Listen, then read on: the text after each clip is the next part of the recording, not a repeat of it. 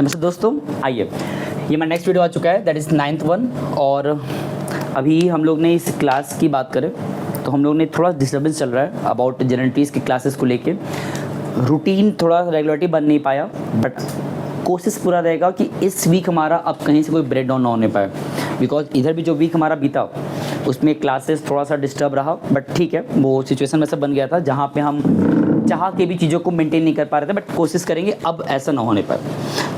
अगले एक हफ्ते के अंदर हम लोग इस चैप्टर को वाइंड अप करने वाले हैं, प्लस जो मैंने उसको हाफ पे रोका था, याद करो, कंज्यूमेटिव, वो भी हम उसका जो रिमेनिंग पार्ट है, second part, that is ordinal approach, वो भी कवर कर लेंगे हम इसी पूरे एक हफ्ते के गैप में। तो ध्यान देना और क्लासेस मिस मत करना, ठीक है।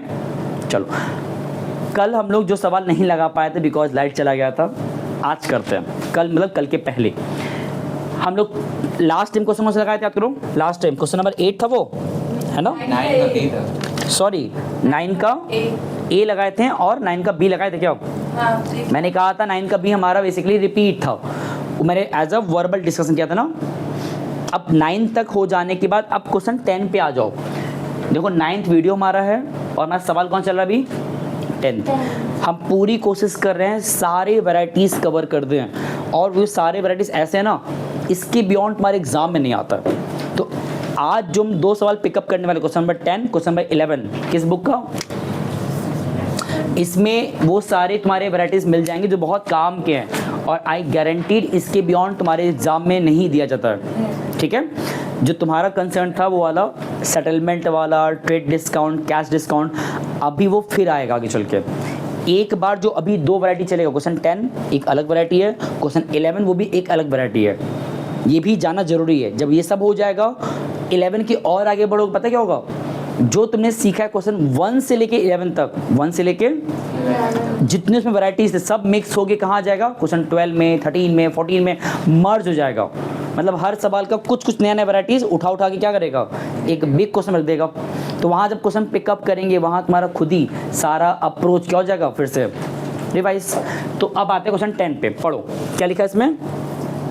और मैंने इस सवाल क्यों पिकअप किया जरूरी है समझना। देखो लिखा है, Raman who owed us 2000, question मिला, क्वेश्चन 10 मैच कर लो, page number 7.62, question number 10 general fees. तो क्या लिखा है? Raman who owed us 2000 were declared insolvent. ये क्या होता है? कि पे नहीं कर सकता। उसकी शुरुआत में क्या लिखा हुआ है? रमन हु ओड अस। ये ओड अस क्या होता है? मतलब हम लोग को रमन हमें पे करने वाला था 2000 रुपया। एक तरीके से रमन हमारा यहाँ पे क्या है? डेटर है। If Raman owed us which means हमको रमन से पैसा रिसीव होना था, विच मीन्स रमन हमारा क्या है पे? डेटर। अब रमन से पैसा मिलना था 2000 रुपया, बट आगे जोड़ दिया वॉज डिक्लेयर्ड इंसॉल्वेंट। ये इंसॉल्वेंट वर्ड हमने पढ़ा था अकाउंटिंग टर्म पढ़ते हुए, याद है कि insolvent is a condition when a debtor is unable to pay us. एक डेटर से पैसा मिलने गुंजाइश ना मिले अगर, तो उसे क्या बोलते हैं? तो यहाँ पे इतना क्लियर हो गया कि रमन हमें 2000 रुपया देने वाला था बट अब नहीं दे सकता, वो इंसॉल्वेंट हो गया। तो आगे लिख रहा है पेड 40 पैसा इन अ रुपी। ये 40 पैसा जो लिखा है 40 पैसा, ये कंपैरिजन है कि 40 पैसा मतलब होता है 1 रुपी पे वो 40 पैसा दे रहा है। इन शॉर्ट ये 40% है कि मतलब वो आउट ऑफ 2000 रुपीज में से 40% दे पा रहा है। चलिए काम करते हैं, इस पूरे ट्रांजैक्शन को भूल जाओ, सिर्फ मुझे इतना बताओ, अगर तुम्हारा कोई डेटर तुम्हें पैसा दे देता है, मान लो कंप्लीट 2000 रुपीज, हमारे पास क्या आएगा? जल्दी बोलो। पैसा आएगा। तो इसका जो पहला एंट्री हमारा है 10 का फर्स्ट, इफ पैसा आ रहा है तो एंट्री क्या हो जाएगा? Cash bank. चलो कैश लिखो ज़्यादा चलेगा। कैश अकाउंट डेबिटेड, कितना अमाउंट है? 2000। और जो पैसा दे रहा है बिकॉज हमारा वो एसेट्स था, और वो जब पैसा दे रहा है तो अब तो उसका एसेट नाम घट जाएगा ना, ठीक है, तो नीचे आ जाएगा और हमारे यहाँ पे ये क्लोज हो गया, है ना 2000। बट क्या यहाँ पे ऐसा हुआ है क्या? क्या उसने, रमन ने टोटल पैसा बिना किसी दिक्कत के दे दिया?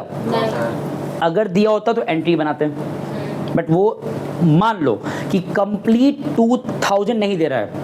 यहाँ सुनो, रमन कंप्लीटली 2000 रुपये नहीं दे रहा है और देगा भी नहीं, इंसॉल्वेंट हो गया हो, तो इन दैट केस ये तो श्योर है कि जब पैसा देगा ही नहीं तो हम उसके नाम को लेके क्या ही करेंगे अब, तो उसका जो नाम है वो तो क्लोज होगा नीचे लाके। बट जो पैसा नहीं दे रहा है तो अब तो ये फैक्ट है, कैश तो आएगा नहीं, और उसने कहा पैसा देंगे ही नहीं, टोटली नहीं देंगे, तो ये नुकसान हो गया। और एक्सपेंस कहाँ लिखाता है? एक्सपेंस, अगर उसने कहा पैसा देंगे ही नहीं, that is expense for us, और एक्सपेंस लिखा था कहाँ पे? डेबिट में। बस सवाल नाम क्या लेकर आएंगे? जो डेटर पैसा देने से मना कर दे, कंप्लीटली मना कर दे, उस नॉन पेएबल अमाउंट को, जो पैसा नहीं मिल पाएगा मुझे अब, उसको वर्ड दिया गया है, वर्ड याद कर लो, उसके बोलते हैं लोग हैं बैड डेब्ट। क्या बोलते हैं? कि जो पैसा अब मिलना असंभव है, तो उसे क्या बोलोगे? लेकिन एक बात और भी है, ये एंट्री तब बनाओगे जब वो पूरा पैसा नहीं देगा। बट क्वेश्चन में क्या कहा था, पढ़ो जरा। He is insolvent but although he is ready to pay 40 पैसा, मतलब 40% एटलीस्ट, मतलब 40% दे रहा है ना, तो जितना मिल रहा है उतना हमारे यहाँ पे क्या जाएगा? कैश। तो सवाल क्या है, वो हमें 40% दे रहा है, मतलब कि उस पूरे 2000 का 40% वो पे कर रहा है। हाँ, जो नहीं पे कर रहा है उस 2000 का कितना पे नहीं कर रहा है वो? 60%। तो मतलब 42,000 का 40% कितना होता है? 800। 800। तो 800 दे दिया, तो उसने कितना नहीं दिया, कैसे निकालोगे? 1200। आउट ऑफ 2000 उसने नहीं मिल गया उससे 800, तो कितना नहीं मिला? 1200। अब तुमने कुछ नोटिस किए? तुम्हें मैंने इस सिंगल एंट्री को बताते वक्त जानबूझ के इसको थोड़ा लेंदी ले गए हम, और तुमको इसी फर्स्ट एंट्री के थ्रू 2 एंट्री और बता दिए हैं। कौन कौन सा? कंप्लीटली पे कर दिया होता तो cash account debited to Raman, completely नहीं पे किया होता तो bad debt account debited to Raman, कुछ पे किया कुछ नहीं पे किया, मतलब प्रपोर्शनली 40% पे किया, बाकी नहीं किया, तो इन दैट केस जितना पे किया उतना कैश, जितना पे नहीं किया उतना बैड डेट, बाकी रमन तो नीचे नहीं था। क्लियर? ये ध्यान देना, मेरा एक नया एंट्री था। आओ सेकंड पे, क्या लिखा है? Received cash from Gopal 400 whose account was written off as bad debt last year। एक काम करो पहले, तो कैश होगा लेकिन उसमें बैड डेब्ट हम लोग का कम हो रहा है। पहली बात पैसा आ रहा है ना, रिसीव लिखा है ना, रिसीव कैश, तो ये तो श्योर है पैसा आ रहा है, तो एंट्री क्या हो जाएगा? कैश। एकदम स्टेप बाय स्टेप करो। कैश अकाउंट कितना पैसा दे रहा है वो? 400। अब सवाल ये पैसा किस बात का है? ये पैसा एक्चुअली एज एक जो पर्सन था हमारा गोपाल, तो जिससे कि मुझे पिछले साल पैसा मिलना इम्पॉसिबल हो चुका था, वो मना कर दिया था और हमने उसको बैड डेट मान भी लिया था, और हमने उसके नाम को क्लोज करके नाम को भूल भी गए थे कि भाई गोपाल नाम का पर्सन है ही नहीं, मान लिया। लेकिन वो अचानक से इस साल पैसा देने आ गया, तो देखो नाम तो उसका है नहीं, उस गोपाल का नाम हमने पिछले साल ही क्लोज कर दिया है, बट बिकॉज वो पैसा दिया तो कैश तो आ गया, और ये जो कैश हमारे पास अचानक से आया, जिस पैसे को हम मिलने से मतलब मिलना, जिस पैसे का मिलना हमको उम्मीद ही नहीं था, हम उसको नुकसान मान के भूल गए थे। अगर पैसा अचानक से वो पैसा मिल जाए तुम इसको इनकम कहोगे, है ना? जब कोई पैसा मिलना था बट अब मिलेगा ही नहीं, तुम उसे खर्चा मान लेते हो, एक्सपेंस। अब जब कोई पैसा तुम्हें, जिसको तुमने एक्सपेंस लास्ट ईयर मान लिया था बैड डेट, वो इस साल मिल जाए तो ये फ़ायदा नहीं है। और फ़ायदा कहाँ लिखाता है? नीचे इनकम होता है ना। बस सवाल नाम क्या लिखे, तो वापस तुम गोपाल का नाम मत लिख देना। बैड डेब्ट, जो बैड डेट पिछले साल हो गया था वो रिकवर्ड हुआ ना, यहाँ वर्ड क्या आएगा? To bad debt recovered. ये पूरा वर्ड ध्यान देना। ये वर्ड क्यों आ रहा है, लाइन क्यों आ रहा है? क्योंकि जिस पैसे को हमने अपना नुकसान माना था वो हमें वापस से रिकवर हो रहा है। तो याद रखना, जब भी कोई हमारा ओल्ड बैड डेट रिकवर्ड हो रहा हो, that is income for us, and वहाँ पे वर्ड क्या आएगा? बैड डेट रिकवर्ड, एंड पैसा आ रहा है तो कैसे अकाउंट डेबिटेड। थर्ड पढ़ो, गोपाल इज डिक्लेयर्ड बैंकरप्ट। पता है बैंकरप्ट क्या होता है? सारा मतलब भाई कि उससे पैसा नहीं मिलने वाला, मतलब भाई एक तरह इंसॉल्वेंट कहना चाह रहा है, बस वर्ड्स का फर्क है। क्या लिखा आगे? Received from his official receiver 60 पैसे in a rupee on a date of 1500। 1500 चाहिए था बट वो 60 पैसे मतलब वो 60% देने के लिए कैपेबल है। जैसे का बनाए थे फर्स्ट एंट्री वैसे बनाओ।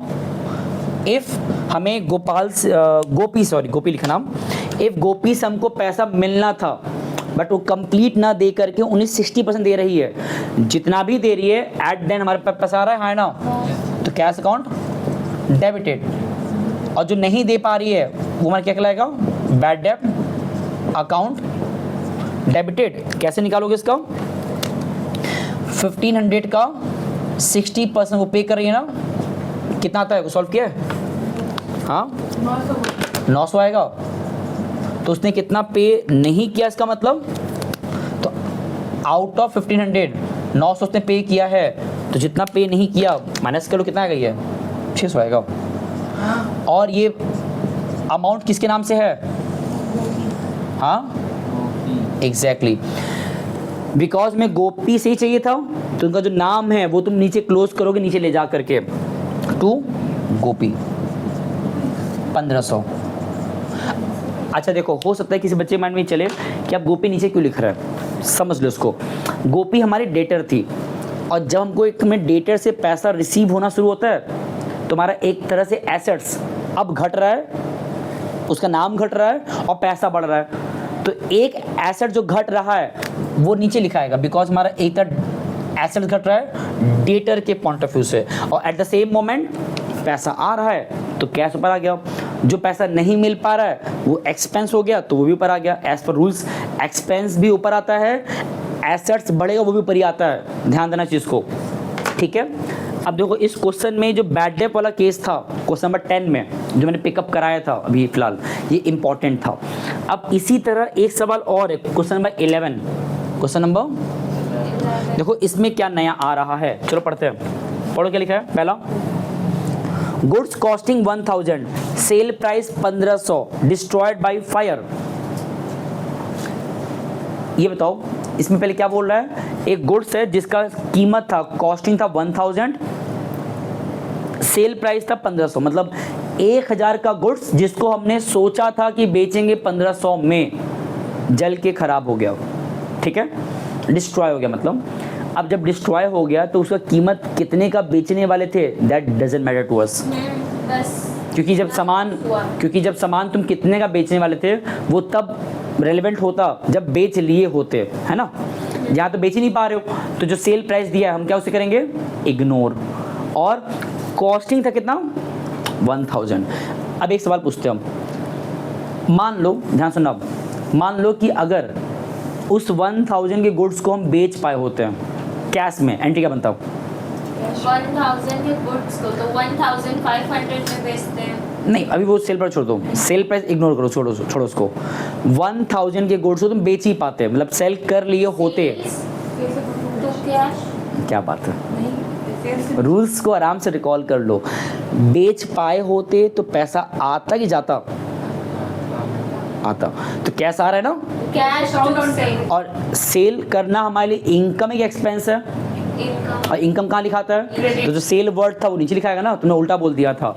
तो अब देखो हम क्वेश्चन में नहीं जा रहे हैं, रुक जाओ, हम क्वेश्चन में नहीं जा रहे हैं, पहले तुम्हें एक वो सिखा रहे हैं बैकग्राउंड, कि अगर हमारा सवाल ऐसा कुछ रहा होता, सिंपल वाला सवाल, क्या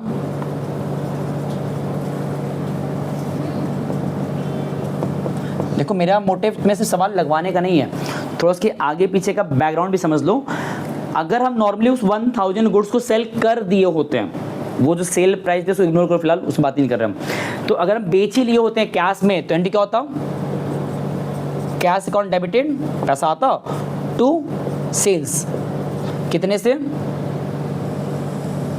अमाउंट कितना है 1000, है ना, चाहो तो 1500 लिख लो, तुम्हारी मर्जी, बट अब उतारो मत, मेरे समझो हम क्या बताना चाह रहे हैं हम। क्या एक्चुअली ये हुआ है क्या क्वेश्चन में, अगर ये हुआ होता कि we have sold the goods of 1000 normally for cash तो एंट्री बनता, बट हमारे क्वेश्चन में क्या एक्चुअली हुआ है, डिस्ट्रॉय, हम बेच ही नहीं पाए। जब नहीं बेच पाए तो जो गुड्स हमसे दूर होना चाहिए था सेल के थ्रू, वो तो हुआ ही नहीं, हमारे पास ही रह गया, उल्टा वो बेचना मुश्किल है बिकॉज जल खराब हो चुका है। तो एक तरह से हमारा जो परचेज था वो सेल नहीं हो पाया ना, जब परचेज करते हो तो ऊपर लिखाता है, जब उसी परचेज को बेच नहीं पाते हो और सामान डिस्ट्रॉय हो जाता है तो परचेज वर्ड नीचे आता है। हालांकि मैंने सब उल्टा बोल दिया, जब परचेज करोगे तो ये जो परचेज वर्ड है वो ऊपर लिखाता है परचेज करने पे, बट परचेज किया हुआ सामान तुम ना बेच पाओ, स्टिल वो सामान तुमसे दूर चला जाए, जल गया, चोरी हो गया तो दूर चला गया ना। तो परचेज किया हुआ सामान अगर हम ना बेच पाएँ और हमसे दूर चला जा रहा है तो इन दैट केस वो जो परचेज वर्ड है वो नीचे आता है। तो याद कर लो, जब जब हमारा कोई गुड्स, व्हेनेवर हमारा कोई गुड्स हम उसको ना सेल कर पाए, not able to sell, rather वो बेच तो नहीं पाए, स्टिल वो हमसे दूर चला गया बाय एनी रीज़न, चोरी हो गया, तूने डोनेशन में दे दिया, एनीथिंग, फायर लग गया, आग लग गया, तो इन दैट सिचुएशन नीचे क्या आएगा? परचेज। और एक बात, क्या हमने इसको बेच पाए थे कैश में? नहीं, उल्टा यहाँ पे हुआ क्या है? Destroy by, fire. This is expense for us. भाई अगर बेच पाते पैसा आता, नहीं बेच पाए और बेच अब पाओगे भी नहीं बिकॉज सामान खराब हो चुका है, that is totally expense for the firm. In that case debit में एक एक्सपेंस के नाम से एक वर्ड आएगा और जो तुम बोल रहे हो क्या वर्ड आएगा? हाँ, loss by fire, account debited 1000 and clear हुआ? तो देखो मैं तुम्हें क्यों से बता रहा बैकग्राउंड पता है कि याद रखो, परचेज वाला सामान मतलब गुड्स हमारा कभी ना हम बेच पाएँ, स्टिल वो डैमेज हो जाए किसी वजह से, तो इन दैट केस परचेज नीचे लिखाता है। परचेज किए होते हो तो ऊपर लिखाता है, सेल कर दो तो नीचे टू से आता है, बट नहीं बेच पाते हो, स्टिल गुड्स हमारा डिस्ट्रॉय हो जाता है तो नीचे क्या आता है? परचेज। और बाकी जो भी रीज़न है उस डैमेज का वो ऊपर लिखाता है, लाइक एक्सपेंस वो है, यहाँ फायर था तो फायर आगे घुसा तो घुसा था। नेक्स्ट पढ़ो, सेकंड वन क्या लिखा है? हाँ, एक मिनट जो, हाँ क्या लिखा है? Goods of 2000 were distributed as free sample. Again, जिस गुड्स को तुम बेच कर पैसा कमा सकते थे गुड्स को, सैंपल में दे। तो अब इससे क्या हो रहा है? अल्टीमेटली हमारा अगेन गुड्स घट रहा है बिना सेल किए, तो जो गुड्स घट रहा है बिना सेल किए, इन दैट सिचुएशन नीचे फिर से क्या आएगा? To purchase. ठीक है, और जो रीज़न इसके पीछे है वो क्या है? कि हमने सेल किया है? नहीं, फ्री सैंपल। तो यहाँ पे लिख सकते हो, बहुत सारे वर्ड्स हैं, बेटर रहेगा कि कन्फ्यूजन ना होने पाए, तो जो उसमें कहा है वही लिखो, फ्री सैंपल अकाउंट, जितना अमाउंट कितना दिया है? 2000।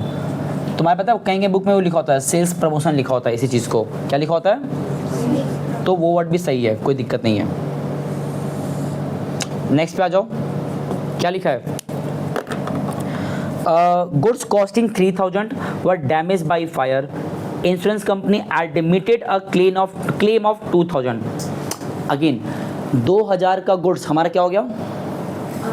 3000 का आई एम सॉरी, 3000 का गुड्स हमारा क्या हो गया? जल गया, खराब हो गया जल के। हाँ, तो इन दैट सिचुएशन अगेन हम उसको बेच तो नहीं पाए ना, तो नीचे पहले क्या आएगा? नीचे क्या आएगा? टू परचेज, कितने से?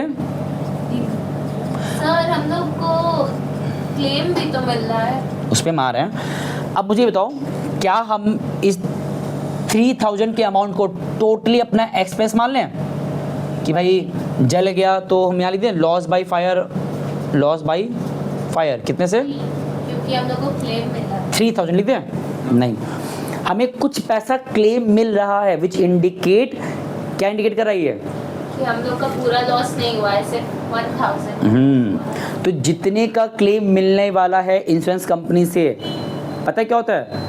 वो हमारा एक तरह से एसेट्स है कि आज नहीं तो कल कंपनी मुझे पे कर देगा ना, तो मतलब हमारा नुकसान कंप्लीट 3000 का तो नहीं है, जितना क्लेम नहीं देगा वो नुकसान है। क्वेश्चन में लिखा था ना, that company is promising us to claim, to give a claim of 2000, वो जो क्लेम मिलेगा हमको कंपनी से, that is what? Income for us या एसेट्स फॉर अस, सॉरी। तो यहाँ पे क्या आएगा? इंश्योरेंस क्लेम कितने से? 2000। ये 2000 क्या है कि ये हमारा एक तरह से बन गया एसेट्स, कि नुकसान हुआ एक तरफ मानते हैं, लेकिन उसी वक्त कंपनी कह रहा है कि हम अब पे कर देंगे, तुम्हारा एक तरह से फायदा हुआ, एसेट्स बढ़ा हमारा, पैसा मिला नहीं अभी, मिल जाएगा फ्यूचर में। हाँ, अब जो कंपनी नहीं देने वाला है आउट ऑफ 3000 2000 देगा, तो जो नहीं देगा that is our actual loss 1000। ये भी हो सकता था कि कंपनी कह रहा हम क्लेम देंगे ही नहीं, तो in that case total 3000 loss कहलाएगा। तो जो पहला एंट्री था वैसे बना दोगे, loss by fire 3000 to purchase 3000, but यहाँ पे कुछ क्लेम देने की बात कह रहा है तो लिख दिए। पता है एक बात और भी है, ऐसे भी कह सकता था क्वेश्चन में that company is promising he will provide the claim up to 50% only, up not up to exactly 50%। तो फिर यहाँ लिखा था 1500, यहाँ लिखा था 1500, तो इतना दिमाग लगाना, अगर परसेंटेज देगा तो ऐसे दिमाग लगाना, ठीक है ना। चलो नेक्स्ट पे आ जाओ, दैट इज 4th वन। क्या लिखा पढ़ो, withdraw cash 2500 and goods costing 3000 for personal use. हमने एक तो वर्ड, यहाँ वर्ड क्या लिखा है, विड्रॉ, एंडिंग में लिखा है पर्सनल, तो यहाँ पे क्या वर्ड आता है पर्सनल के लिए, ड्राइंग, तो यहाँ ड्राइंग हुआ है, तो यहाँ पे क्या, यहाँ पे वर्ड क्या आएगा, ड्राइंग अकाउंट डेबिटेड। अब बस यहाँ पे सवाल है ड्राइंग किन चीज़ों का हुआ है, पहला कैश का, तो कैश घटेगा तो नीचे क्या आएगा 2, बिकॉज कैश एसेट्स है, अगर वो घटेगा तो नीचे, बढ़ेगा तो ऊपर लिखाता है। तो यहाँ तो कैश विड्रॉ किया गया तो नीचे क्या आएगा 2 cash, and at the same time हमने गुड्स भी विड्रॉ किया है बिना बेचे, बेचने के बजाय वो ओनर क्या कर रहा है, अपने घर ले जा रहा है, तुम्हारा जो गुड्स है वो डिक्रीज हुआ बिना सेल किए, तो अगेन इन दैट केस नीचे क्या आएगा परचेज, तो नीचे क्या आएगा परचेज अकाउंट डेबिटेड। अब सवाल है अमाउंट की बात, इसमें कैसे अमाउंट लिखोगे, परचेज कितने का हमारा है, सॉरी कैश 2500 का, एंड कितने का हमारा वो है गुड्स 3000 का, तो जो टोटल ड्राइंग कितने का हो गया 5500 का। तो यहाँ ड्राइंग का जो रीज़न है वो 2 था, कैश एंड गुड्स का विड्रॉल दोनों था। ड्राइंग कुछ भी कर सकते हो, अगर यहाँ पे सिर्फ ड्राइंग रहता गुड्स का तो हम क्या करते हैं एंट्री, बोलो, अगर ड्राइंग रहता सिर्फ गुड्स का तो हम क्या करते हैं, drawing debited to purchase only, but यहाँ क्वेश्चन में कैश की बात भी कहा तो मैंने कैश भी लिख दिया। लास्ट पढ़ो क्या लिखा है, 5वां, goods worth 1500 cash amounting 500 given as charity. तुमने 2 चीज दान कर दिया, कैश एंड गुड्स, बिना सेल किए, अगेन तुम्हारा गुड्स तुमसे दूर जा रहा है, तो चैरिटी अकाउंट आराम से, तो पहले कैश दे रहे हो तो नीचे क्या आएगा 2, और दूसरा क्या दे रहे हो गुड्स, तो नीचे क्या आएगा परचेज, और हमने ये दोनों जो दिया है उसका रीजन क्या है चैरिटी, तो हमारा एक्सपेंस है, तो ऊपर क्या आएगा वर्ड चैरिटी। अमाउंट कितना कितना है 1500 एंड 500, ऐड करो कितना हो जाएगा। देखो ये 2 सवाल जो मैंने पिकअप किया अभी, ये मैंने बेसिक सवाल लिया है, इस टाइप के क्वेश्चन हमारे एग्जाम में आ जाते हैं, हालांकि इतना नहीं आता है, उसमें से कोई एक पिकअप करेगा। जो तुमने आज सीखा ना, ये जो पूरा सवाल हमारा परचेज पे था कि बेच नहीं पाए, स्टिल हमारा गुड्स हमसे दूर जा रहा है, तो यहाँ पे इतने तो वैरायटी देखना वैराइटीज, पता है एग्जाम में क्या होगा, इसमें से कोई एक पिकअप कर लेगा तुम्हारे एग्जाम में, ठीक है। तो इस टाइप के सवाल एग्जाम में आ जाते हैं। और वो जो सवाल था क्वेश्चन 10, वो भी बहुत इंपॉर्टेंट था। देखिए लोग क्वेश्चन एक और लगा सकते हैं आज, कोई और वैरायटी जो काम का हो, एक लगा सकते हैं बट वो थोड़ा आगे का है, करवा दें। टाइम कितना हो रहा है देखो, सर कैश और परचेज में हम लोग उल्टा अमाउंट लिख रही हैं, हम लिखे उल्टा, हम लोग सब लोग। अच्छा हाँ सॉरी, गुड्स 1500 का था, तो ठीक है करे कर लो, लो हो गया, बस मुझे 1 मिनट आना था, कोई बात नहीं, ठीक है, हम लोग जल्दीबाजी नहीं करते हैं। आज ये 2 सवाल में पिकअप किया ना, एक सवाल वैसे हम और लगवा सकते हैं, बट तुम लोग कहोगे तो लगवाएंगे, because it will take time, जल्दी तो नहीं हो पाएगा। हाँ करवा दीजिए, करवाएं, तो इसको पहले उतारो, उतार लीजिए। मुझे वो चाहिए ना, स्पेस चाहिए,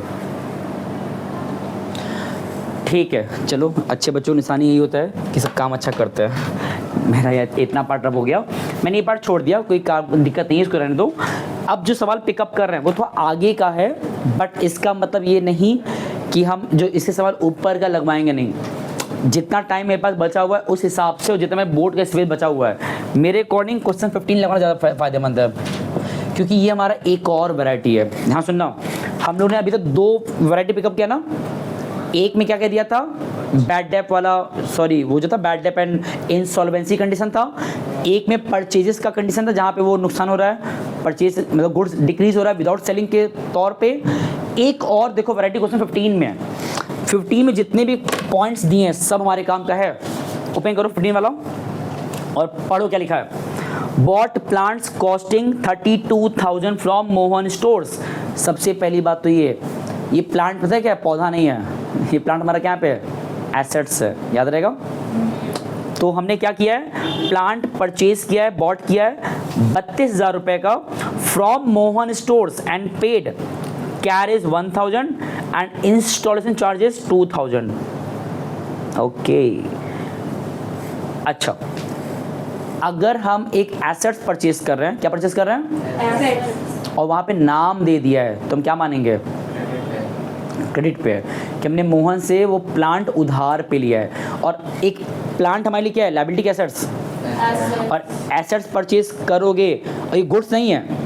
अगर गुड्स होता तो परचेज वर्ड यूज़ किए होते हैं एंटी बनाते वक्त, बट बिकॉज एसेट्स परचेज करो, जो भी परचेज करते हो एसेट्स अदर देन गुड्स, उस एसेट्स का नाम आता है। फर्नीचर तो फर्नीचर, मशीन तो मशीन, बिल्डिंग तो बिल्डिंग, याद रहेगा।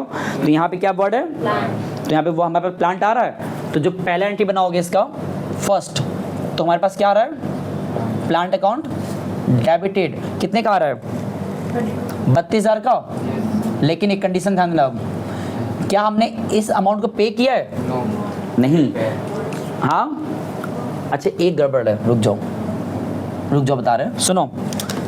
हमारा जो प्लांट का अमाउंट है कितना है, अब देखो किसी एसेट्स को परचेज करते वक्त, गुड्स को नहीं, फिर से कह रहा हूँ, एसेट्स को परचेज करते वक्त उस मोमेंट पे कुछ भी एक्स्ट्रा खर्च करते हो, यहाँ दिया ना कैरेज है ना, दिया इंस्टॉल चार्जेस, जो भी हम एसेट्स को परचेज करते हुए एक्स्ट्रा पे करते हैं वो सब हमारे उस रेस्पेक्टिव एसेट्स के वैल्यू में जुड़ जाता है। तो मतलब यहाँ जो दिया हुआ है 1,000 का कैरेज एंड और क्या है 2,000 का, ये सब ऐड हो जाएगा एक साथ। जब ऐड किए तो जो हमारा प्लांट का अमाउंट हो गया, कितना हो गया। अब आता मेन सवाल पे, हमने प्लांट तो लिख दिया डेबिट में बिकॉज हमारा एसेट्स आ रहा था। क्या हमने इस एसेट्स को लाने के लिए पेमेंट किया है टोटल, नहीं। उस 32,000 को पे तो नहीं किए हैं, और ये हम कैसे जान पा रहे हैं कि पे नहीं किए हैं, क्योंकि मोहन का नाम नहीं दिया है। अगर नाम नहीं दिया होता तो क्या करते, तब कैश बाय डिफॉल्ट मान लेते हैं। बट यहाँ तो नाम दे दिया है ना, और कैश की बात ही नहीं किया है। एटलीस्ट उस प्लांट को परचेज करते वक्त वहाँ तो कैश की बात नहीं किया है। हाँ, इसका कैश कहाँ था, कैरेज और इंस्टॉलेशन चार्ज, वो देखा जाएगा। बट जो प्लांट का अमाउंट था 32,000, उसको तो वहाँ पे कैश की बात नहीं किया, नाम दे दिया है। तो जो नाम दिया है दैट इंडिकेट कि हमने उधार पे लिया है, एंड दैट इंडिकेट हमारा एक क्रेडिटर आ गया। नाम क्या है, मोहन। सर तो कैश भी लिखा है उस पे आ रहे हम, कहाँ परेशान हो रही हो तू, मोहन 32,000। अब हमने जो पेमेंट किया है, पेमेंट कैरेज का और वहाँ हमारा क्या गया होगा, कैश। यहाँ पे क्या आ जाएगा, कैश कितने से, दोनों को ऐड कर लो,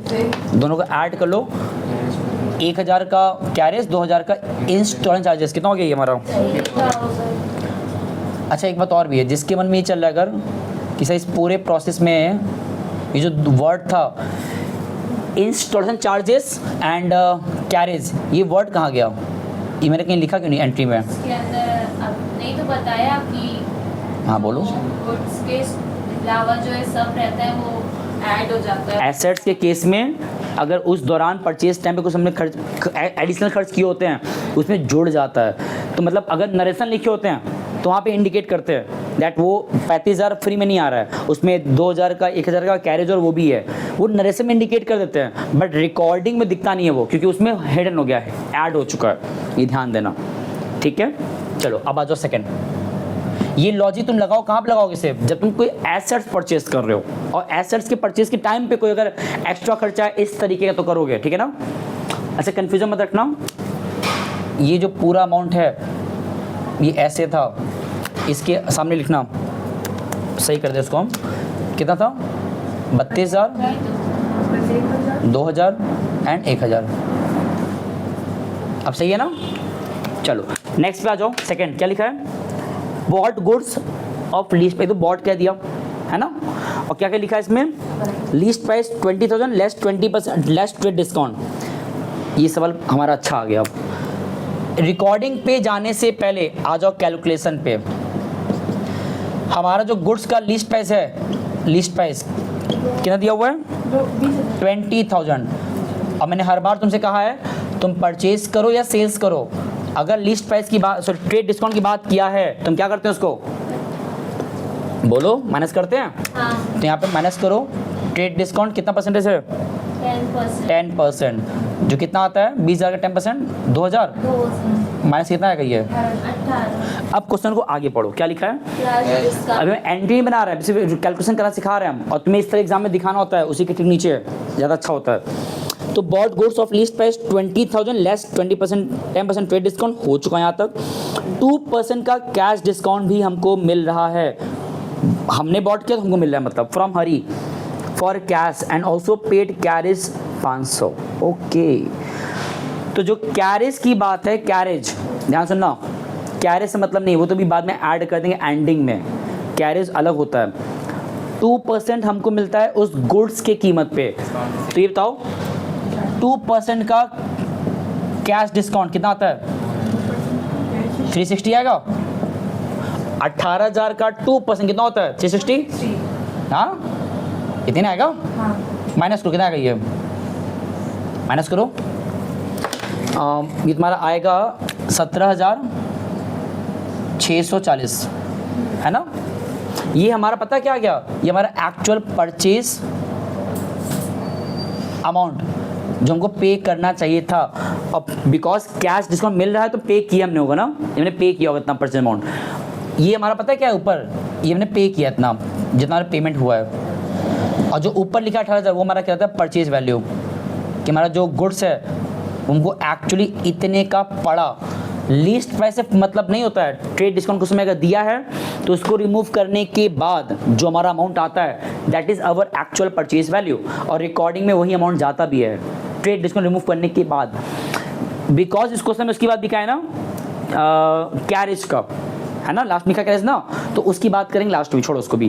बस पहले इतना पढ़ो और बताओ इसके अकॉर्डिंग एंट्री क्या बनेगा। हमने क्या किया यहाँ पे, बताओ क्या किया यहाँ पे? परचेज ना, तो परचेज के टाइम पे हमारे पास ऊपर एंट्री में क्या आएगा? ऊपर डेबिट में, ठीक है। Purchase account debited. और एक चीज, बिकॉज हमने कैरेज भी पे किया है ना, ये चलो एक काम करो, कंफ्यूजन ना होने पाए, कैरेज का बनाएंगे एंट्री अलग से, मिक्सअप करेंगे तो मैं कंफ्यूजन हो जाएगा, बेटर रहेगा कैरेज को एकदम भूल ही जाओ। पहले सिर्फ इतना एंट्री बनाओ। तो परचेज किए, अब हमारा जो परचेज अमाउंट है कितने का है? आफ्टर रिमूविंग ट्रेड डिस्काउंट उसको पिकअप करना, और उसके दौरान में कितना पे किया एक्चुअली टू कैश, हमने कितना पे किया है? 17,600। और जो पे नहीं किए हैं cash discount that is our income, because हमको उतना कम पे करना पड़ा ना, हमारे फायदा है ना। तो यहाँ पे वर्ड क्या आएगा? To discount received. परचेज के टाइम पे रिसीव्ड, सेल के टाइम पे अलाउड होता है 360। हो गया तब। और इसी का एक एंट्री और बनना है। ये तुम्हारा वो था, कैलकुलेशन था, लेकिन इसका एक एंट्री था कैरेज का, वो बनाओ अलग से। ये मान लो पहला पार्ट हो गया, फिर सेकंड का ही एक और पार्ट। हमने कैरेज पे किया है, हमारे पास क्या जाएगा? कैश। और ये कैरेज हमारे लिए क्या है? इनकम है क्या? हाँ, नहीं, एक्सपेंस। तो ऊपर क्या आएगा? एक्सपेंस जगह पे। देखो एक्सपेंसिव होते हैं डेबिटेड, तो इसे भूला मत करो, ठीक है ना। हाँ, तो ऊपर कितना अमाउंट कैरेज का हमारा दिया हुआ है? 500। अब हो सकता है तुम्हारा दिमाग ऐसे चले, सर दोनों मर्ज क्यों नहीं कर दिए आप? तो मर्ज करोगे तो भी कोई दिक्कत नहीं है, मर्ज नहीं करोगे तो भी कोई दिक्कत नहीं है। मेरा मानना है मर्ज मत करो, कन्फ्यूजन नहीं होता है। नेक्स्ट पे आ जाओ।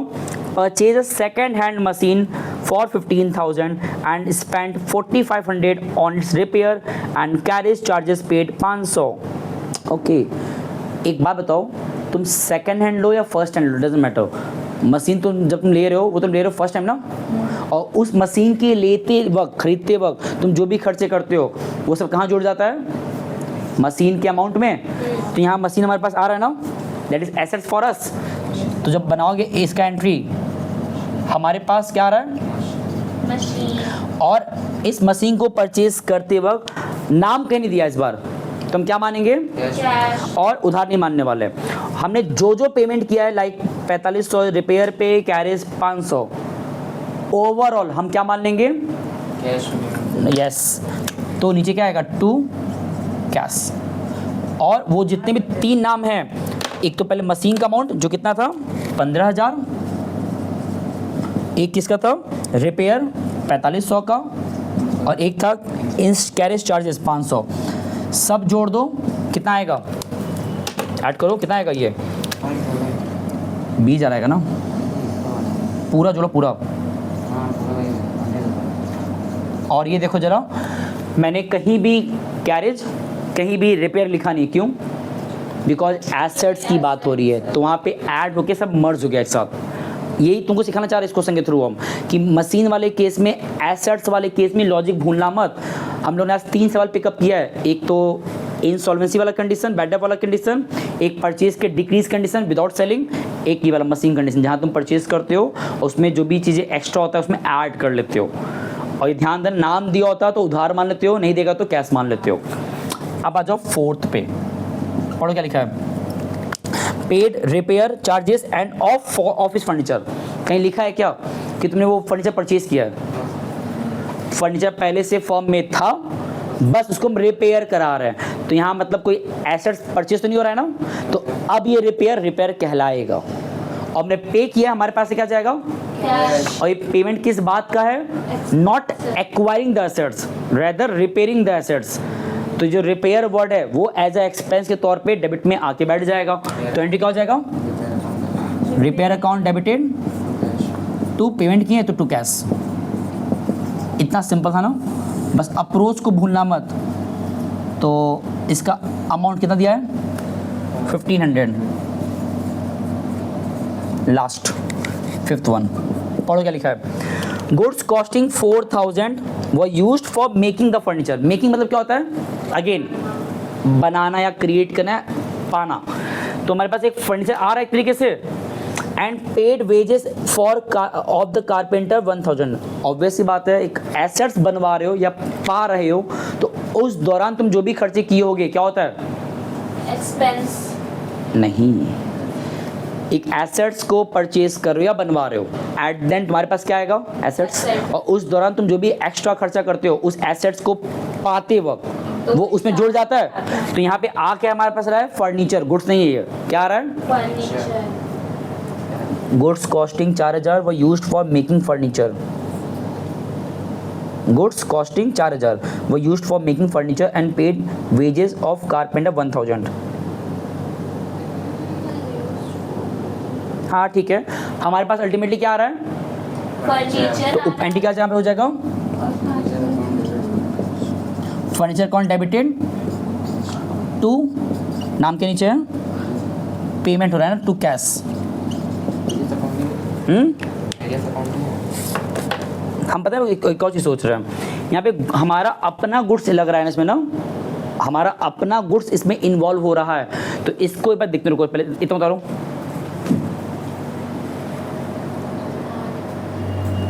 चलो देखो हम लोग सही कर रहे हैं, देखो यहाँ पे क्या लिखा था, goods costing 4000 were used for making the furniture.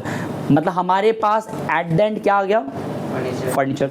और उस दौरान हमने क्या किया है, कारपेंटर को पे कितना किया है 1000। तो हमारे पास से क्या जाएगा, बस यहाँ पे एक चीज़ ध्यान देना, ये जो आ रहा है फर्नीचर, ये कितने हमारे पास आ रहा है, एसेट्स को परचेज करते वक्त या बनाते वक्त हमारा जो जो चीज़ खर्चा होता है जोड़ देते हैं ना। तो 4000 का गुड्स और 1000 का उसका वो क्या नाम था, वेजेस जो हमने पे किया है। तो जो फर्नीचर बनकर हमारे पास आया वो उसका जो वैल्यू कितना हो गया 5000 का। यहाँ कोई दिक्कत नहीं है, दिक्कत यहाँ पे है हमने एक्चुअल कैश कितना पे किया है, 5000। गलत। हमने बाहर कितना पे किया है सिर्फ कारपेंटर को, तो हमारा उतना ही कैश गया है, बाकी जो 4000 है वो तुम्हारा अपना गुड्स लग गया ना उसमें, और जो हमारा अपना गुड्स लगा तो इन दैट केस हमारा क्या घट गया, गुड्स बिना सेल के घट गया ना, तो नीचे क्या आएगा, टू परचेज कितने से, 4000। अगर यही गुड्स हम लोग बाहर से एक्वायर करके बनाए होते फर्नीचर, तब वहाँ पे होता तुम्हारा पूरा टू कैश 5000 से, बस ये ध्यान देना, बाकी सही था। हमें पता कन्फ्यूज़न क्या हो गया था वहाँ पे, ये हुआ था कि भाई अल्टीमेटली यहाँ पे फर्नीचर लिखे कि वो लिखे वेजेस, बट खैर ये जो हमारे वैरायटीज़ हैं ये बहुत काम के हैं। देखो इसमें तुम देखोगे ना, एक तरीके से हमने आज की क्लास में 3 सवाल के थ्रू तीनों अलग अलग सवाल, और तीनों में ही हमने क्या देखा, बहुत सारे न्यू कॉन्सेप्ट्स है ना। जेरेंट्रीज का एक हद तक यहाँ तक जो सीखे हो, 1-2 सवाल अभी और हैं जिसमें कम से कम 10-12 एंट्रीज अभी और आएंगे जो नया नया अप्रोच को बताएगा हमारे लिए। बाकी अब कुछ बचा नहीं है, ये चैप्टर पे हमारा बचेगा सिर्फ क्वेश्चंस लगवाना और ढेर सारा, ठीक है। बाकी मुझे पता है मैंने क्लास बहुत मतलब इधर डिस्टर्ब हुआ है, उसको ब्रेक नहीं होगा, निश्चिंत रहो। लेकिन अब हम लोग एलिजिबल हैं बहुत सारे और भी सवाल लगाने के लिए फ्रॉम हेयर ऑनवर्ड्स, ठीक है ना। तो उसको उतार लो, ढंग से देख लो, बाकी मिलते हैं नेक्स्ट क्लास में, चीज़ों को और आगे ले चलेंगे, ठीक है। धन्यवाद, नमस्ते और थैंक यू सो मच।